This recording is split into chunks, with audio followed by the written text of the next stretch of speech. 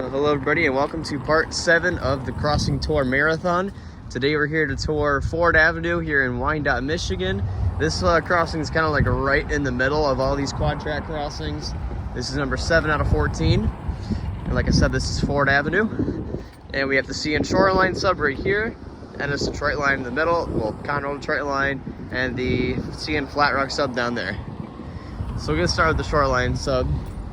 This has a old Harmon cantilever right here. Here's the blue tag. The dot number is 867590V for the Shoreline Sub. The lights are 1.5 pairs of Harmon LEDs, and then just one Safetran 12x20" LED with Dialight Ball LED. And then the lights up on the cantilever are actually the original Harmon 8" incandescents, still up there with a Harmon light bracket. And I believe there's also a Harmon light bracket for the main lights. Yep. Great. And there used to be a mechanical bell up there, but it's, well, it died in like the early 2000s, I believe. And then they've since replaced it with a General Signals Type 2 bell right here on the gate mast. And the gate mechanism is a US&S Model 95, sitting on a Safetran base. Now, this crossing is a bit difficult to cross. This is definitely like the busiest quad track crossing. So I apologize if there's tons of random cuts in this video. All right, now for the Shoreline Sub Gateless signal, it says a Safetran base, kind of buried in the ground a little bit. It's got a blue tag. I think this also has a an old Grand Truck Western tag up there, the same number. And then once again, we have 1.5 pairs of Harmon LEDs, and then just one WC Hayes LED. And the bell in this signal is a low-pitch Safetran Type 3, which only rings for a train on the Shoreline Sub. So basically when these front lights are on, and then this shuts off after the train clears the circuit. Because the secondary lights, this crossing, they're still wired correctly. So when the train clears the Shoreline Sub, these front lights shut off, the bell shuts off as well.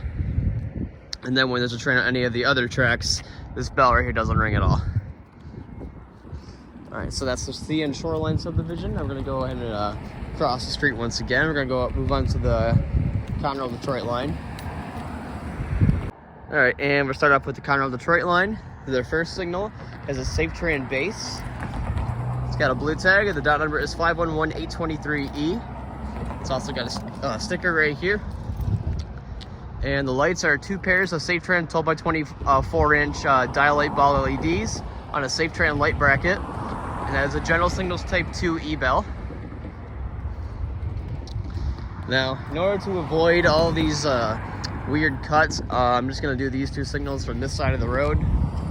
They're all identical. They're installed in spring of 2008, I believe. Yeah, so signal number 2 also has a Safetran base, 2 pairs of 12x24" Safetran LEDs with Dialight LEDs, and a General Signals Type 2 E-bell.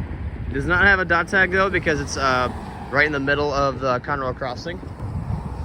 Same for this one. It's got another Safetran base. No blue tag, but it has a sticker. 2 more pairs of 12x24" Dialight Ball LEDs on a Safetran light bracket. Might have just heard a train. And a General Signals Type 2 E-bell. And before we cover the last signal, these middle flashers, they are still wired correctly. So only 2 of them activate corresponding to where the train's at, instead of all 4 of them activating. All right, one more Conrail signal. Once again, it has a Safetran base right there, a sticker, and a blue tag with the dot number, 2 more pairs of 12x24" Dialight Ball LEDs, and a General Signals Type 2 E-bell. All right, now for the CN Flat Rock Sub. For their gateless signal, it's got a Harmon base. And here's the blue tag. The dot number for the Flat Rock Sub is 258091Y. This one also has an old Grand Truck Western dot tag. All right, and then the lights on this signal, the front pair is WC Hayes 12x24" LEDs, and the back pair is 12x20" Harmon LEDs. And the bell on this signal is a low-pitch Siemens E-bell.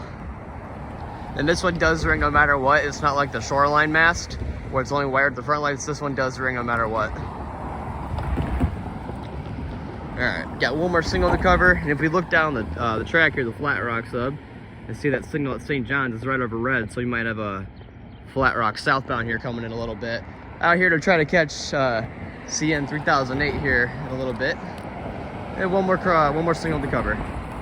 All right, and for the CN Flat Rock gated cantilever signal, this also has a Harmon cantilever, just like the other side.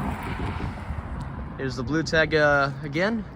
And this signal has two pairs of 12 by 24 inch Dialight Ball LEDs sitting on a Harmon light bracket.